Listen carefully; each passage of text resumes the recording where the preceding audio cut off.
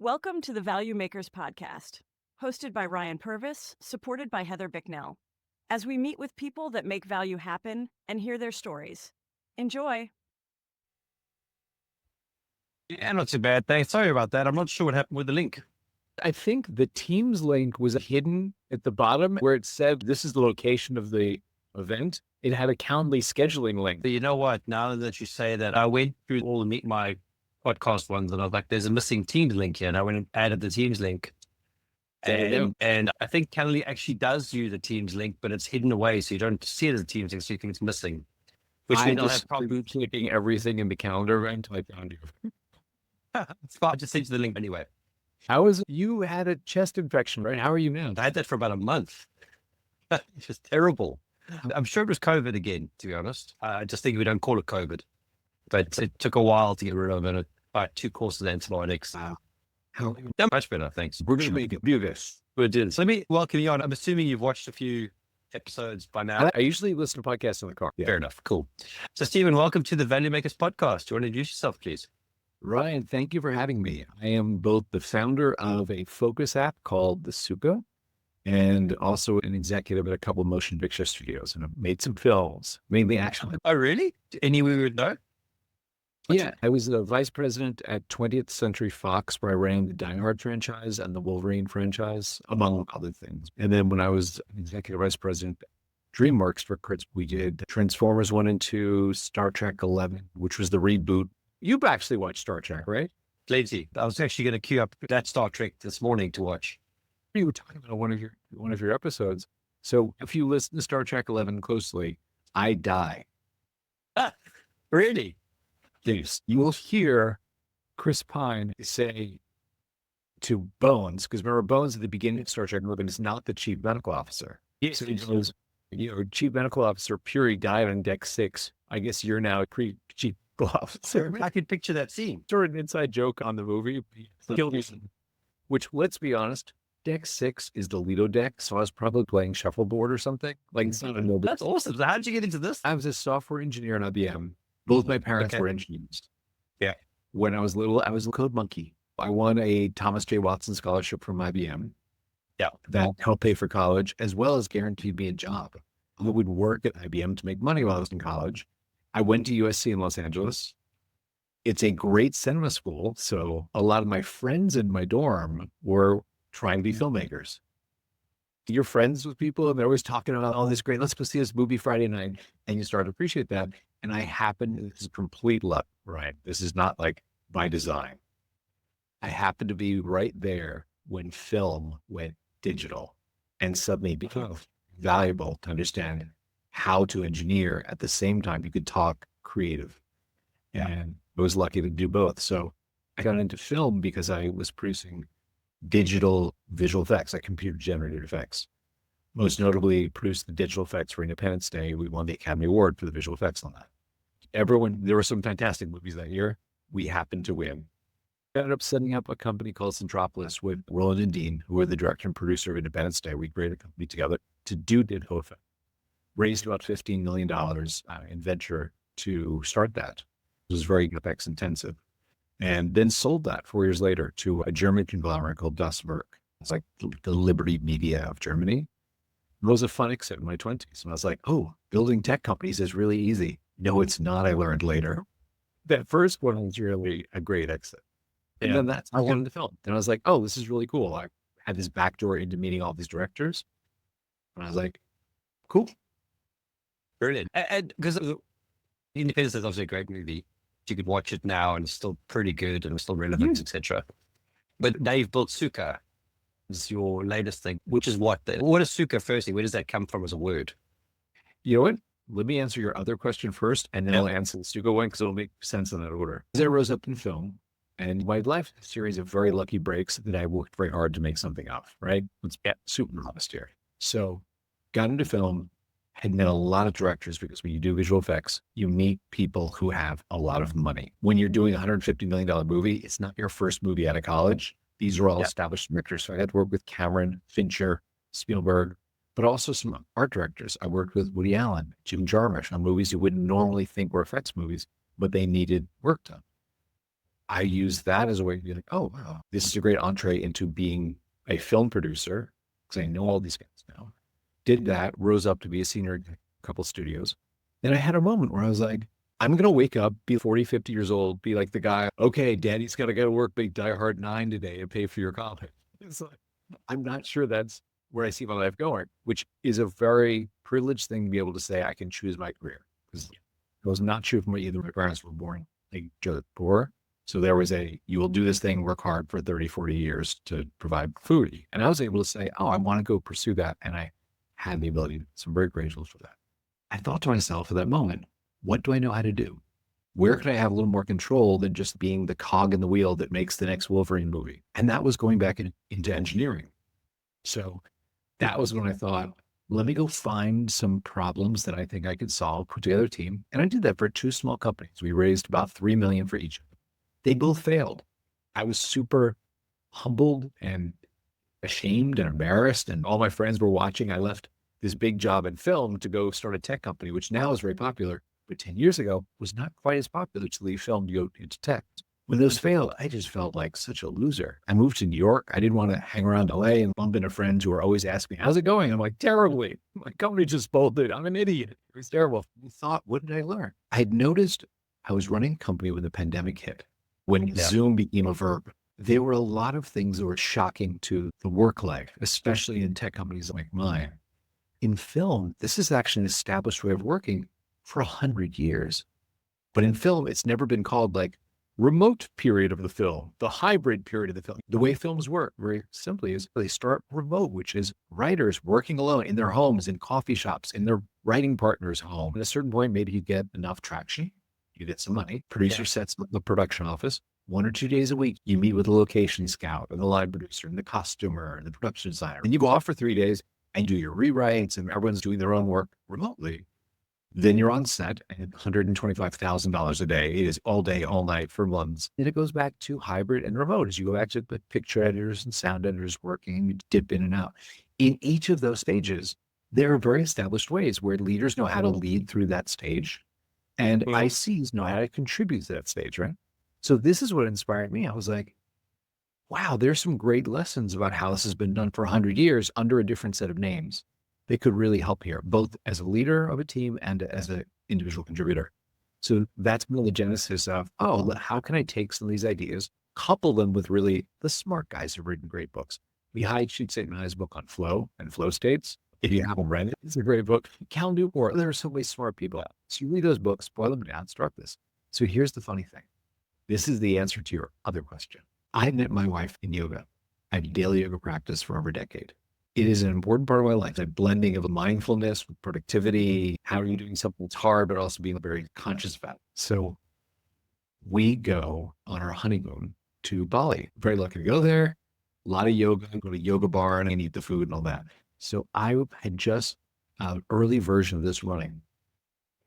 And I was like, we do all these flow concepts and put like beautiful music together, and an AI coach sort of guides you through your day and helps you optimize stuff. I needed a name. I turned to Laura. For the next 10 days, everyone knows not to bug me. Maybe it's a gift from the universe where I'm going to be able to have my unconscious mind bubble up a cool name for the company. I was thinking maybe on the first day, I could talk to some of our early members and ask them what they love about it. That might seed my imagination. So I don't call it something stupid like Focus App 12, Productivity Mate. These like awful names, right? So she was super cool. She said, I'm going to the pool. Enjoy. Have your Zoom call. I'll catch you. So I talked to a couple of people that day. The third guy I spoke to, who is still a member, I see him in our coffee shop. He talked to me for about 8 minutes. I asked all the dumb questions. Hey, Ryan, what feature do you love? Do you love the music? Do you love the timers? What about the assistant that helps you get stuff? 8 minutes in, I go into the wrap up. Thank you for your time. Super cool. And he said, Steven, you didn't ask the right question. I was like, oh, really? What was the right question? He's like, you should have asked me why I pay you. I was like, okay, pretty forward. So why do you pay me? He's like, at 3 o'clock, I can be playing with my kids who are 2 and 4. Or at 6 o'clock, I can like, where did the day go? The difference is, did I open the soup in the morning? I pay because my kids are not going to be 2 and 4 anymore. And I get that 3 hours with them every day. And I was like, that is more articulate than anything I've ever said about my own company. I was talking to Laura about this over dinner. And that night she said to me, you know what?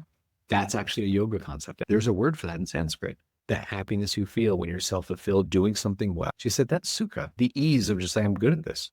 In Bali, I bought that domain, the happiness company, the sukha company. I'm very proud of that. And that's something I'm happy to tell my kids, this is what daddy does, more than daddy made Die Hard 9. It's funny because I was actually thinking about, I was doing something and I had this thought pop in my head that Die Hard is still a Christmas movie. And that whole like thing. And I can see what you're saying. For someone who's not done what you've done, it sounds like a really exciting thing to be doing. It's the same as when anyone's job that they've done, someone goes, it's not as fun as you think. My dad worked in airlines, so we flew around a lot. It was like, oh, it must be great. I'm like, yeah, but my dad wasn't there half the time.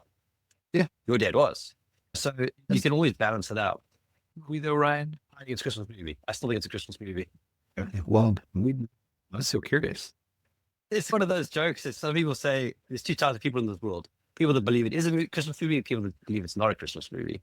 I think it's the reason for me it's a Christmas movie, besides all the action, the shooting, the kicking, and then the punching. He does all this stuff for his ex-wife to have this happy moment at the end. And it just happens to happen at Christmas. You nailed it. In film development, Die Hard is such a prototypical example of a certain story structure. Decades later, it is still quoted when writers or producers are trying to explain what something is. It is that good. And you're right. It is a family movie. And what is the time when families need to be together or are together? Christmas, the holidays, whatever holiday is right? Yeah, exactly. So it's the perfect time to set that. Yeah. So I've actually just downloaded your app now. And I must be honest, it wasn't what I was expecting. I expected this to be some sort of productivity thing.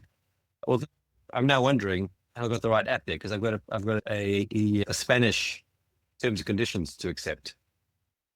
I might have downloaded the wrong app. I can tell you what ours does. It's a web app that runs on your laptop. Oh, so it's not an app. It's not an iPhone. An old iOS app. Yeah, it's not Flappy Birds. Here's a website where you press play in the morning. Your smart assistant helps put together your task list to say, hey, let's budget these properly. Let's time box, essentially helping you to time box. Yeah. And has a lot of research to guide you and say, hey, you know what? Let's choose 3 things. Let's not get overwhelmed. And there's distraction blocking. You open up Facebook or YouTube and your assistant says, you need to be on Facebook right now. Is that part of writing your blog? People in the aggregate have done about 500,000 tasks in the system, and they finish in about 52% of the time they thought they needed. Okay. And it's not magic. We keep people on track. And then when you finish at 3 o'clock, you feel good. It's a thing you want to repeat. I'm having this conversation with someone at the moment, and it started off being an operational conversation. It's become more like business coaching. When I started talking to him, I could see that he was one of these people that likes to control everything. Then I saw a list of all the projects running. And for a small business, they've got so many projects running, and he's surprised that nothing's happening. Well, not happening very well. And it's quite a thing in the sense that I'm talking to him on a regular basis and I'm trying to undo these things that he's in. And one of the things is to explain to him, you only need to have 1 or 2 priorities a day. Yes. If your 2 things are like I used to say, it was the terrible 2 things. If getting to gym and meditating are my terrible 2 things, and I get those done, then whatever else happens in the day is a good day because I've got rid of the 2 things that were tough to do. Ryan, can I give you some data to back up what you're, so again, I'm speaking from my platform where I do have insights into the aggregate of the data, over 500,000 tasks. You are 77% more likely to finish all 3 tasks if you just choose 3. Yes. Then you have a longer list and you say, oh, I'm going to get these 7 done, these 5 done, You will do 2. With us, we found it to be 3. It was the magic cutoff. When you see those in your field of view, there's something on how achievable it is that you burn through them. But when you see 7, it's just that overwhelm of, oh my God, I'm never going to get all that shit. And it slows you.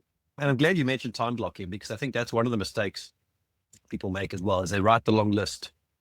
There's no prioritizing the list 1 to X. They don't actually estimate the time each task takes. So you can write 7 things, but task number 1 might take you 4 hours. And then you've mentally burnt out. The last thing you want to do is task 2. So you might skip to task 7, which is the easy one. Completely agreed. And that is one of the things that when your smart assistant or a platform sees, because I know members do this, you set out a task. Like, you're not going to, in one sitting, finish that thing. I'm not going to write my book. If I make a task that is write my book, you're first. Hey, you know what, Ryan? That's awesome. What about something achievable? What if you wrote the outline for chapter 1? Yeah. How long does that take? 30 minutes. Actually, driving yesterday, I had an idea for it. Okay, I'm going to make a task for write outline chapter 1, 30 minutes. Let's bang that out. And then you get it done. And it feels good. And you do the next thing. That is so funny because I've written that as well, write book as a task. Yeah. And I have this app called Due, which reminds me regularly. Yes. And after a while, I just delete the task because I've completely killed the whole vibe. Yeah, they speak to hundreds of our members over the past 6 years. A lot of what we did was me writing down, here are the common things I hear. I'll tell you the most common things I hear and how we try to solve them. The cold start problem. Very often it is, I know I'm going to get to work at 9 a.m., 9:30, 8:30, what time I get started. I'm going to get going.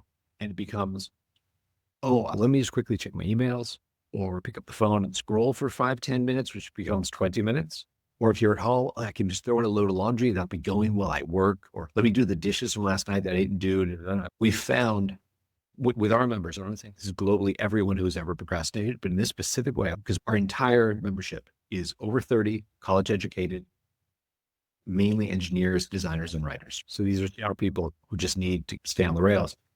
It is the overwhelm of either looking at task lists that is too long, and you're like, I don't know where to start. Or it's that first task is build the house. You're like, I'm not.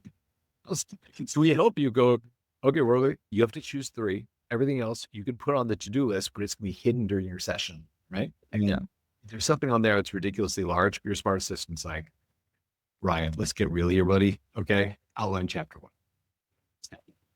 Is that machine learning of some sort or pattern recognition? You know what? I'll be super blunt with you. We're refining it so quickly now because the LLMs are progressing so quickly. So when you and I record this to the time it airs, I'm sure it'll get even better because we're just continually tuning this with the input of, our members, which sometimes is very blunt. Hey, it told me today to do this stupid thing. You're like, I'm sorry. Today we're still working on that part. We're not perfect. We're just trying really. Yeah, no, sure. Because one of the problems people have, and I mean, I don't have this, is that when you write the task, at the time you write it, you're like, oh yeah, do this thing, pay bill. Yep. Now, in 2 weeks' time, when that task comes up and you're like, pay bill. Now, was that pay an actual bill or was that pay a guy named Bill? Oh, that's a very good point. You know what? I'm glad you brought that up. I forgot about that. We allow you not just to have a 5-7 words like pay bill thing, right? But we also allow you, if you need to capture some context, you can save that as a tooltip. So when you hover over the task, it'll go, Bill is the guy you owe the money to for the pool rental, which does help. The context is sometimes, you're right. When I read the book, It's getting famous. And it's just a very good. But the problem is if you don't do things in context, and I try to do with OmniFocus and various tools, it almost became more work than it was to just do the work.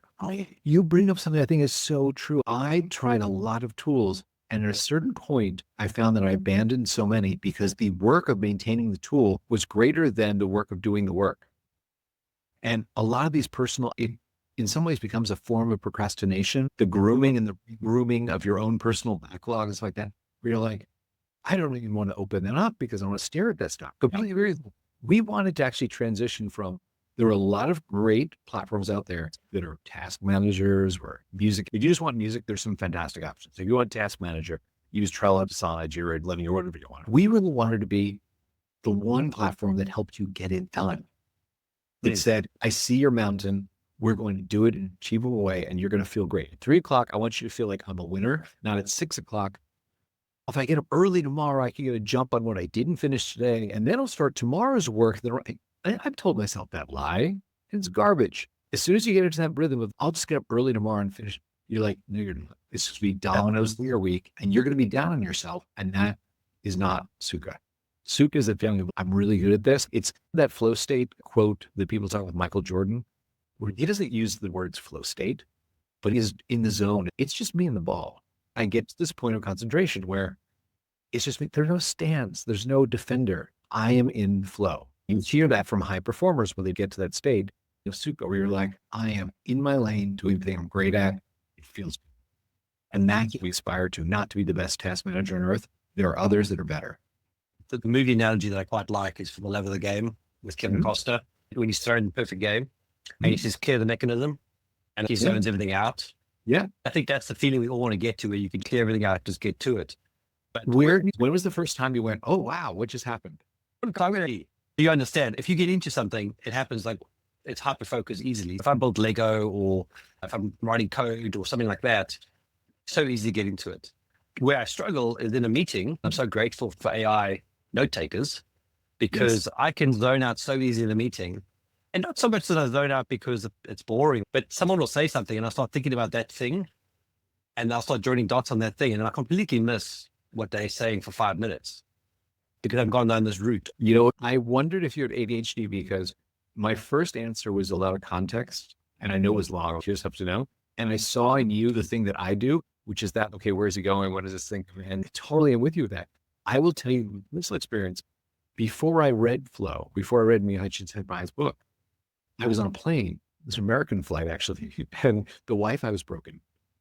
And I remember I had to do some mock-ups or some sort of designs. And I remember thinking, we can't be landing. Like we just took off. 2 hours and 40 minutes had gone by. I had absolutely no conception. I didn't go to the bathroom. I don't think I ordered from the drink card. I was like, something's broken. We just took off. How could we be landing? And it was like, no, you're in SF. We're landing at SFO right now. You missed the entire flight because you were just so focused. And later I learned that was my first flow state where I was like, wow, I got all this done.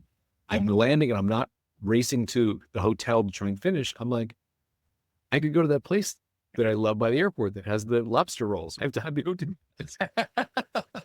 I must have been pleasures. There's a few times like that. I used to love, my dad, as I said, for an airline. So I used to love getting on an airplane. Which carrier? South African Airways. Oh, cool. Okay. The original one, not V2. It's currently fine. But it was because of his job. We used to fly business class or whatever. So I used to have a decent seat and it was always good to sit there. And I read a book a couple of years ago called Faster Than Normal. Written by a guy he's actually in New York.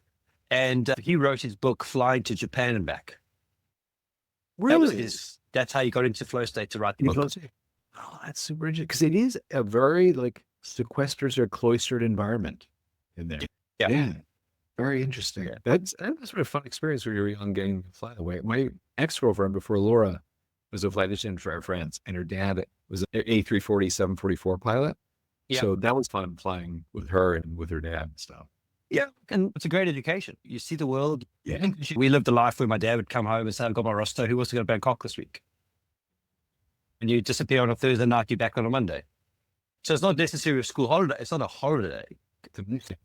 But we learned a lot from that. And now that I travel, you just realize that you just know how to do because you did it so many times as a kid.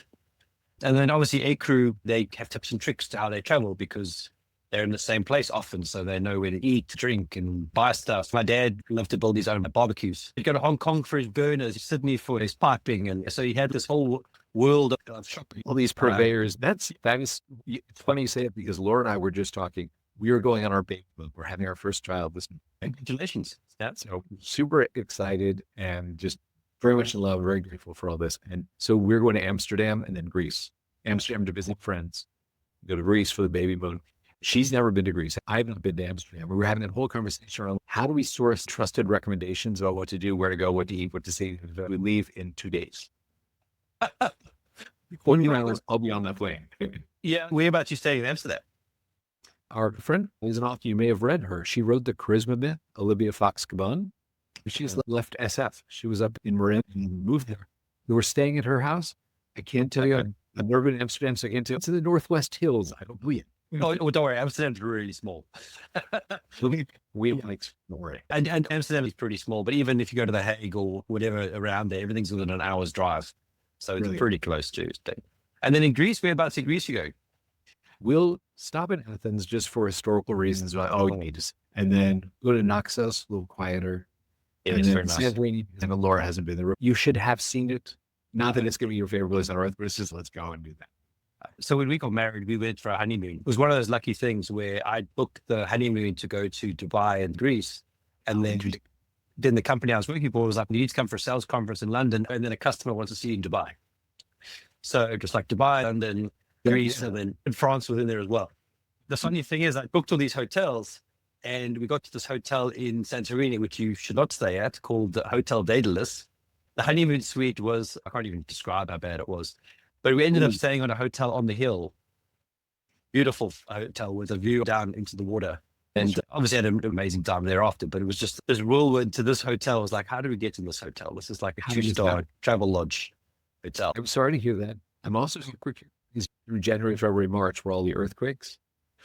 And we had 20,000 tremors in the course of 8 weeks. I didn't even know about that.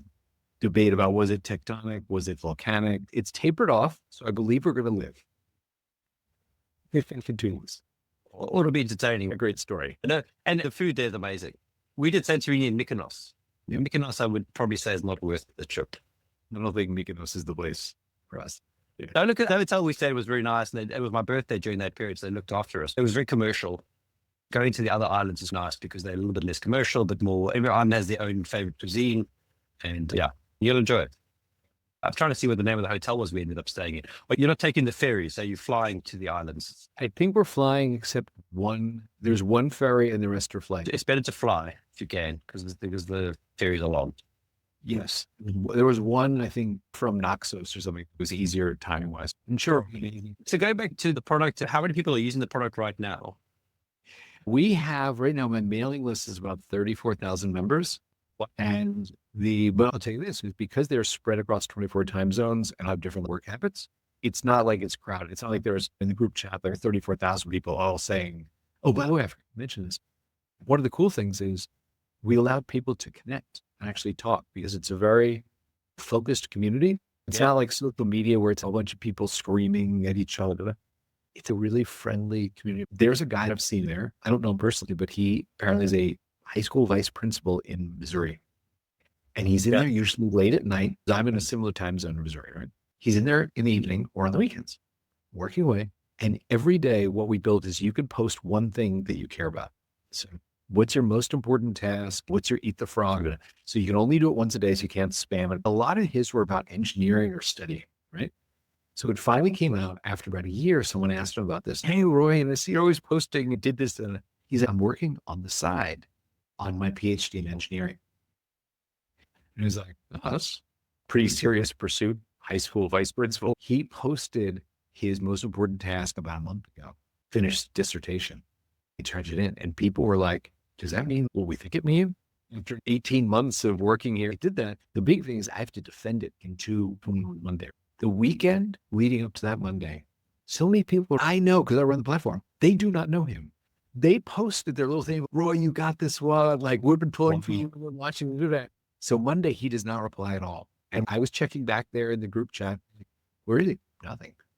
And then Tuesday morning, he said, guys, I've slept and you can now call me Dr. King. People were dropping emojis and so happy. I wasn't sure in launching a group chat, will this work? Is this a good idea or is this a dumb idea? And there was a woman I spoke to who's in our community and I bounced his arm. I was like, do you think we'll try it? And she said, Stephen, here's the thing. I can go to the Nike store and buy a pair of shoes. They'll sell me a pair of shoes, left shoe, right shoe, put them on my feet, run. There are 100 million people who belong to the Nike Run Club because we run together, you run further, you run faster, you're more accountable. The day that you're in bed and you suck and you're tired and now your friend calls you, Ryan, come on, let's do this, man, today. And the day that someone else needs you and you're there for them, that feels great too. And I think you should try it. What I'm very proud of it is we have a community of people that celebrate each other, hold each other up, ask questions. Some questions are above my head. Some esoteric engineering questions. Does anyone else here know about this weird Python React thing? And there's some that are super simple. Hey, anyone else try monotasking? Is that better? Someone else responds. So that community aspect, I think, is really nice. And sometimes it's quieter and sometimes it's more active. I think community is very important. And while you were talking about that, I was thinking about, there's lots of WhatsApp groups that I'm in. Some groups do well and some don't. And I think it comes down to how much people are willing to share about their personal struggle. Yeah. And because you've got it in a closed niche where people are paying for the service, they're all on the same common ground. I think WhatsApp's too broad in this respect. That's probably why it doesn't work as well. But because they're all in your community, and they've got that commonality, they all trust each other because they know that everyone's here has actually got the same. Yes. The people they're trying, they're wanting to do something with their life. I'm curious, why have you not gone down the mobile app route with this? We did. That's Spent almost $250,000 building Android and iOS native apps. It was a mistake. And I'll tell you what we learned, because we had some people who were like, oh, is there a mobile app? So we did that. And I didn't do the smart thing of understanding, why are you asking this? We did them. People didn't use them. And it turns out it was more, well, yeah, I don't do my work on my phone. My phone distracts me. yeah. So no one was like, I'm writing my dissertation on my cell phone. It was people saying, while I'm working on my laptop, could you help me stay off my phone? So what we did, and this is going to sound so simple, and I wish this was one of those painful lessons, is we simply have in the website a QR code where if you want to keep yourself off your phone, you tap it and you put your phone down. If you pick up your phone, your smart assistant is, Ryan, do you really need to be on your phone right now? And that's all we needed. And I wasted a ton of money on not listening. That was a big lesson.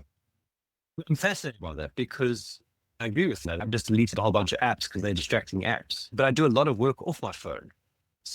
What work do you do on your phone?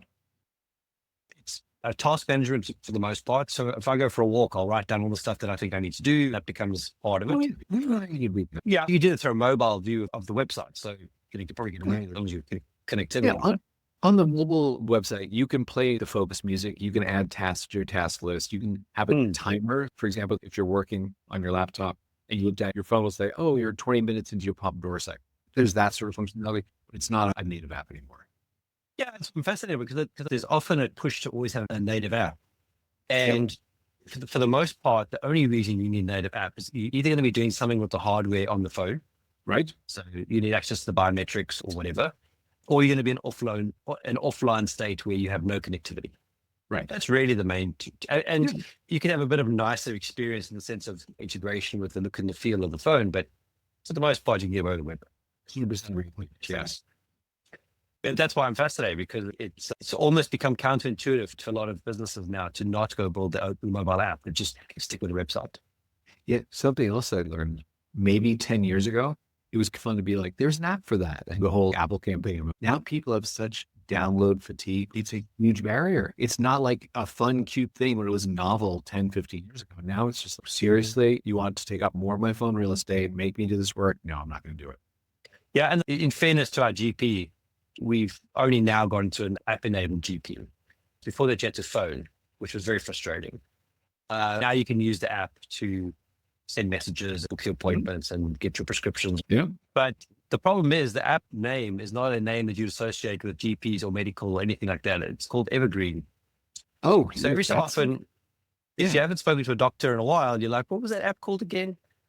So you're not going to remember Evergreen. Fatigue is definitely there. No, that's cool. And then with the chats, with the community and stuff, do you have meetups and all that kind of stuff with them? Or is it all just conversations on the app? You know what? Still learning. I have to say, a lot of what we're doing is the A/B testing, like, will this work or that work? A lot of this is new to me, and I just listen. I talk to a lot of members. I would love to get to a point where we do local meetups and help people have real life connection. Yeah, because you've got such a nice following, to have a meetup once a month or every, just a virtual one even would be. Yeah. Anything else you want to chat about with regards to the product? I know we're about to for our listeners, but anything else you want to cover? I appreciate your interest in this. And I'll tell you, the thing that's so meaningful to me, this is my why, is that having children and thinking about what kind of world Laura and I are handing off to them is very meaningful to me. And I know there are a lot of ways to affect the world. Like, you can go make money selling sugary cereal to children, and may not be, but people do it and they make a bunch of money doing it when they get away with it. And I just wanted to do something where maybe this is not the most lucrative thing in the world. I mean, we charge $10 a month. It's like cents a day. It's a service. But I hope it's something where my children, when they look at this, go, wow, my dad tried to help people in a really simple way. And that'll be a bigger win than making another Transformers movie or making some silly product. Well, you might find that there's guys using your tool to make the next movie. So you're still involved in that. We have a bunch of writers. The three big cohorts we have are writers, developers, engineers, and designers because they all had to do deep focus work. We have a ton of bloggers, copywriters, and writers that use this. Maria Baltazzi, who wrote a book on happiness.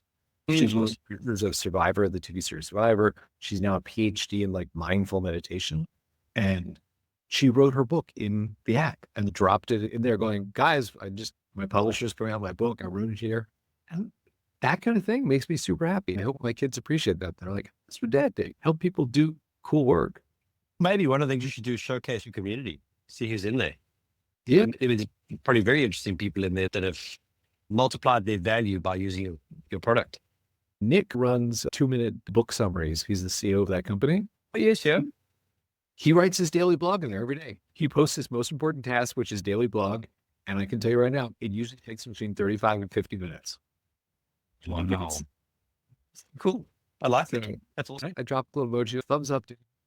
So how many countries are you in? I don't know. If you look at the names, people generally use their real names here. It's not like TikTok. People are like, hey, man, my name's random here. When you look at the names, they're definitely a bunch Asia, India, Japan, Japan's Asia. More in North America than South America. I've not seen a lot of South American names, although I know there's some great developers in South America that's growing. So maybe we haven't gotten much awareness there. It's mainly Europe, Asia, North America.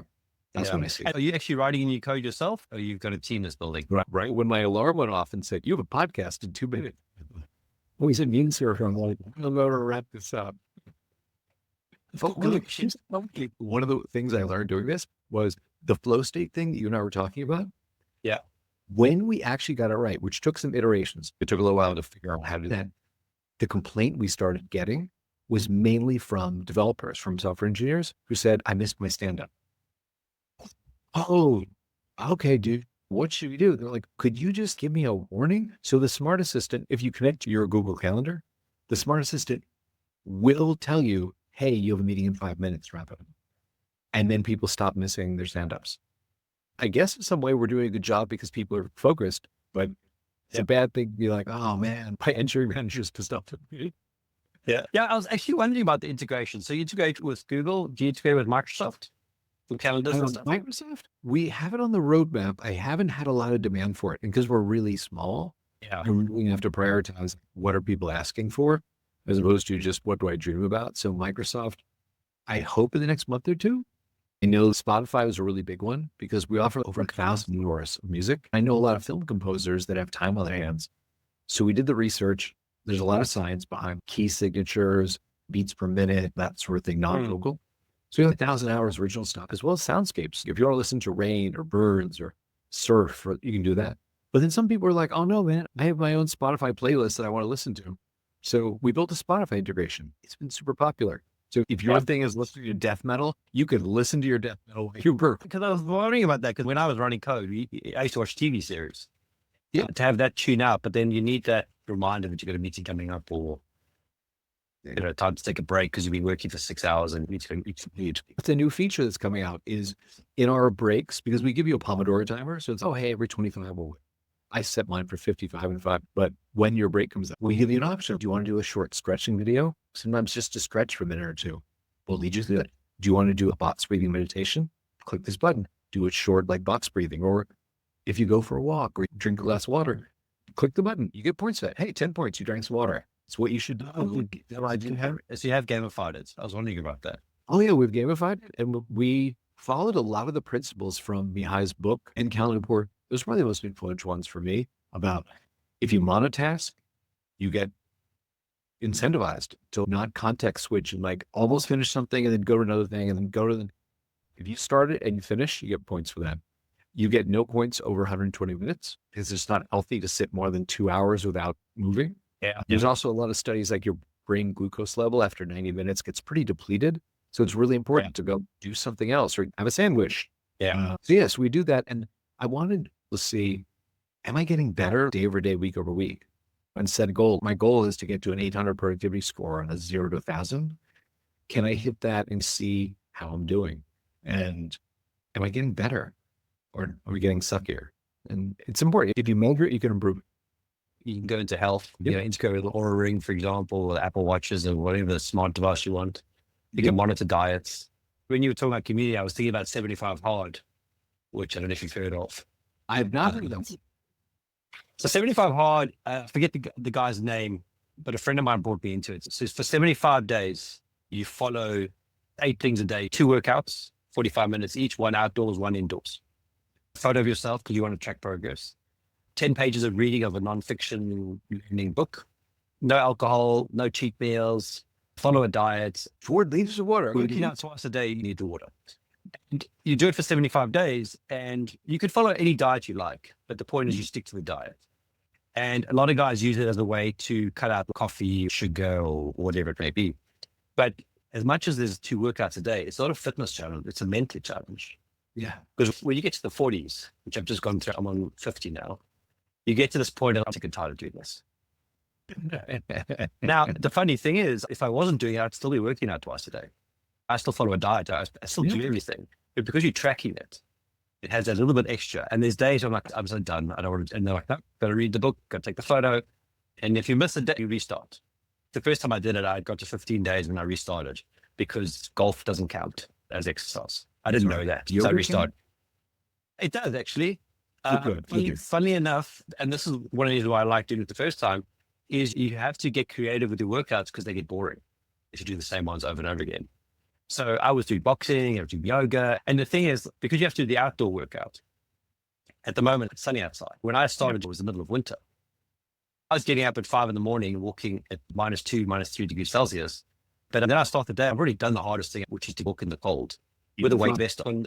During the week, it's easy because the kids aren't home, so I can get my workouts in. But the weekends are tough because I need 1 workout in usually. Yeah. But on Sunday, and Saturday is easy because we go to gym anyway. But the Sunday is hard because I have only 1 workout I can get in. The second one is always hard to get in. So I end up doing yoga on a Sunday night, which has become quite a nice habit because a lot of people think, yoga is nothing. But if you do a 45-minute session of yoga, you're pretty done by the end of that. I find starting Monday, you're in a much better state because you've now stretched everything out. You've got to feel for your body is and you're centered.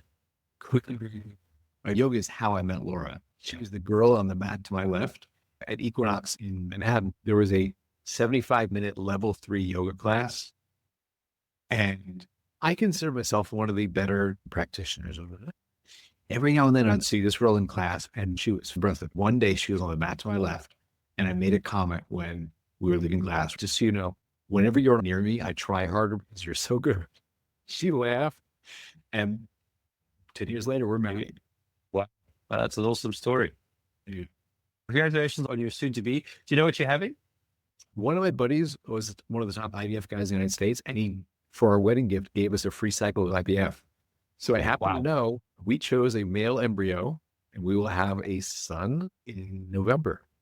I wish you all the best for that, and your life will change. All of my friends have been giving me advice. We're aware things are going to radically change, but you're good for Earth life. Exactly. Steve, it's been great chatting with you. I appreciate your time, and look forward to chatting in the future. Have an awesome day. Cheers. Bye. So this will probably be 6 or 7 weeks from now to go out. That's fantastic. So that was super fun. It was just like talking to a friend. That was awesome. It was great. We'll keep in touch for sure. Have a good day. Bye. Thank you for listening to our episode. I hope you enjoyed it. Please share it with your friends and colleagues. Help us grow our reach. Please also check out our website, www.value.work, and our product that's on there. It's something we worked really hard on. We hope that it benefits you.